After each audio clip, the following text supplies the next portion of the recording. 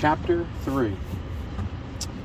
Teague found himself in front of his employer's door. The door was closed, which was a little unusual. Mr. Penrose prided himself on his approachability, and his door was almost always famously open, literally so. The door in question opened onto a suite of rooms, with the first and largest being the office where Penrose held court, if you will, and otherwise conducted daily business for the enterprise that he had spent years building. The door was in one of the finer hotels on the west side of the city. The hotel was not quite the finest, but it would be on a list of the top 5 in the city. The portal was different than all of the other doors in the hotel. It was ornate and made from some wood that Teague could not identify. That in and of itself was not unusual. After all, Teague was no carpenter or other form of woodworker.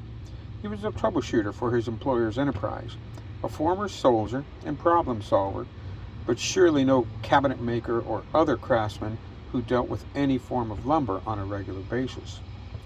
The door was unusual not only because it was unlike any other in the posh hotel, but also because the actual origin of the door itself was unknown. Penrose himself had told Teague that he had chosen this suite of rooms because of that door many years prior, and that no one in the hotel could tell him anything about it other than it had been there since the hotel had first opened slightly more than 100 years ago. Teague found it a little amusing that Mr. Penrose was so prideful of his approachability when the slight man was found almost universally to be unsettling. The head of the enterprise was rumored to have done all manner of unseemly things when building the enterprise that controlled the west side of the city.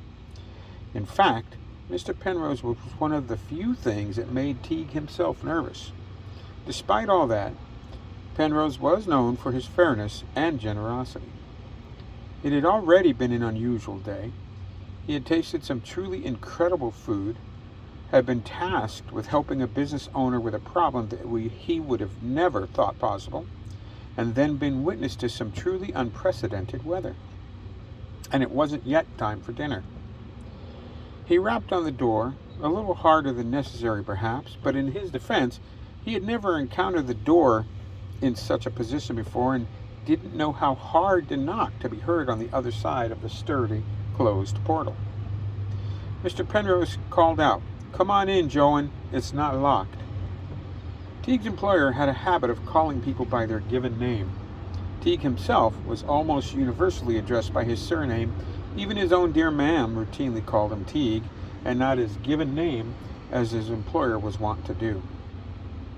He wondered how his boss had known who it was at the door, but Teague was not going to bother asking.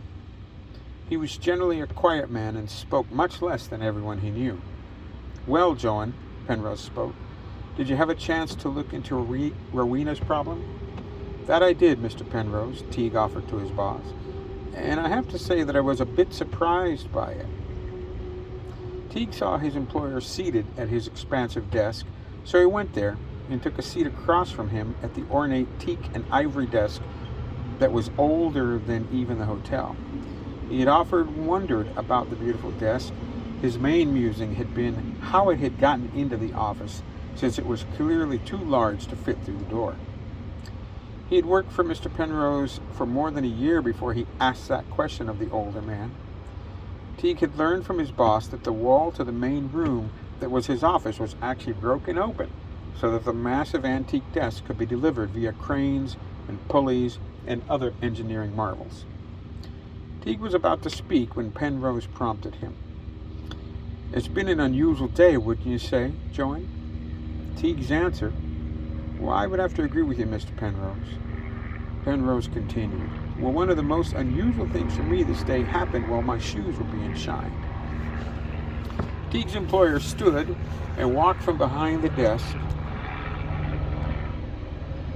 and offered one of his loafers for inspection. Teague looked down at the smaller man's shoe and could see that it was polished to such a high degree that it was like looking into a small, dark mirror. Teague spoke up. "That looks like Tobias's work, if I say so myself." Tobias was a young bootblack who worked the neighborhood. The boy should likely have been in school, but his father, like many others, had gone to war and not returned. So Tobias worked as a bootblack to help his mother and younger siblings have a roof over their head and food to eat. You're quite right, Joan, Penrose agreed. That lad is a magician with polish and a rag. The older man continued, in any case, having my shoes turned into mirrors isn't so unusual, as it was young Tobias doing the job.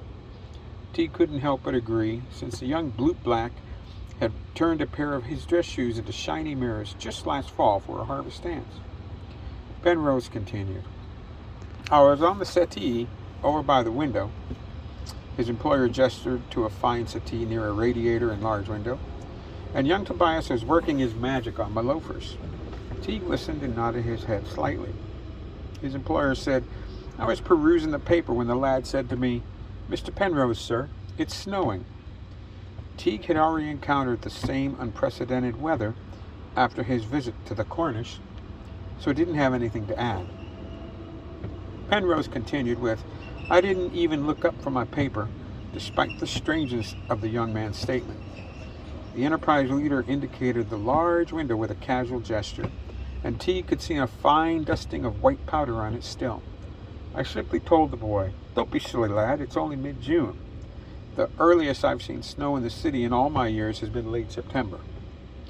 His employer looked at Teague and asked, do you know what the boy said then? Teague's response, shaking his head in the negative, was, no, sir, Mr. Penrose, I do not. Well, the boy simply repeated himself, Teague's employer said. Mr. Penrose, sir, it's snowing, is what young Tobias had to say for himself.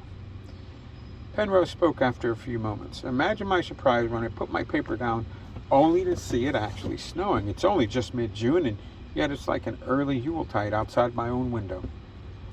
Teague nodded vigorously and said to his employer, I saw it my own self, Mr. Penrose, outside the Cornish after speaking with Rowena. The Cornish was the eatery owned by Rowena and was the unusual problem that he had been tasked with by Penrose. Rowena had pointed out that she paid for protection and yet had been victim to a crime in her business. He would have never thought of it before, but it did make a strange sort of sense that since she paid for protection, they had an obligation of sorts to help her with her issue. I think the early snowfall is related to the issue at the Cornish, Mr. Penrose, Teague told the older man. Penrose nodded his head slowly in agreement. Teague could see that his employer did not seem surprised by his statement, so Teague continued. The weather brought to mind something that my old grandfather used to talk about. Penrose asked him, and what was that, Joan? Teague continued, well, Mr. Penrose, sir, my grandfather used to say that the fairy folk could sometimes alter the weather. He watched his employer closely, and Teague again saw no surprise on the older man's face.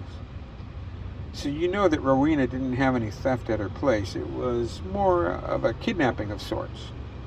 Penrose again nodded his head slowly. So Teague told his employer, Rowena seems to think that the Italians abducted her pixie, and with it, her special ingredient. Penrose responded, she told me as much when she brought that delicious food this morning. Teague asked, well, why didn't you say something about it, sir? His employer told Teague, I wanted you to see for yourself what was going on without any preconceived notions or outright disbelief. Well, Mr. Penrose, sir, Teague said to his employer, I want to go check out the Italians at the eatery where Rowena thinks her pixie is being held, and I thought maybe I would bring Fitz and Gerald along in case things got a little rough. Penrose nodded and said, might be a wise course of action. Then he added, you may want to be wary of Vittorio. It's my understanding that he frequents that same establishment and is fond of the razor. Teague paused a moment, as though in thought, and told his boss, I can handle him if needs be, but still want Fitz and Gerald along. Do you know where they are this afternoon, Mr. Penrose, sir? Penrose told him, they're down to the docks making collections. You can gather them up and tell them I said to back you up in this thing. He continued with, and don't do anything permanent to anyone unless you have to. I don't want to get into it with the Italians at this time. Yes, sir, Mr. Penrose, Teague told his employer. I'll gather the boys and see what there is to see. Teague stood in preparation to leaving, and Penrose spoke. Speaking of the boys, you know, Brannock has been talking an awful lot about your cousin Nellie. Teague's brow furrowed briefly, and he said, Yes, sir. I know he's started spending some time down at Flowery's and seems to be buying a lot more flowers than one would expect for a single man. Flowery's was his mam's floral boutique where his cousin Nellie worked. She was a lovely girl whose father had gone to war and not returned. Since no one else she had, Teague's mother had taken the girl in. Penrose offered his thoughts. Brannock's a rough sort, but honestly, I think he would treat the girl well, and I don't think he relishes the thought of what you would do if he were less than a gentleman. Teague nodded slowly and thought about Brannock Fitzsimmons. Everyone except Penrose referred to the man as Fitz. Actually, his cousin Nellie addressed the big man as Bran, a small name for such a large fellow indeed. Teague was certain that Fitz was the largest man he had ever actually met. He stood 2 meters tall and weighed probably 21 stone. He had hair black as pitch and a calm, serious face. No one would likely call the big man handsome, but he was fair to look at, Teague supposed. The first time he had met the man was also the first time he had met Mr. Penrose. Teague had thrashed Fitz and another of Penrose's bruisers by the name of Burton that day, and was offered a job by Mr. Penrose just after. Teague honestly thought that Fitz would be more worried about what their employer would do to him if he were less than a gentleman, even though Fitz weighed twice what Penrose did and was surely 30 centimeters taller.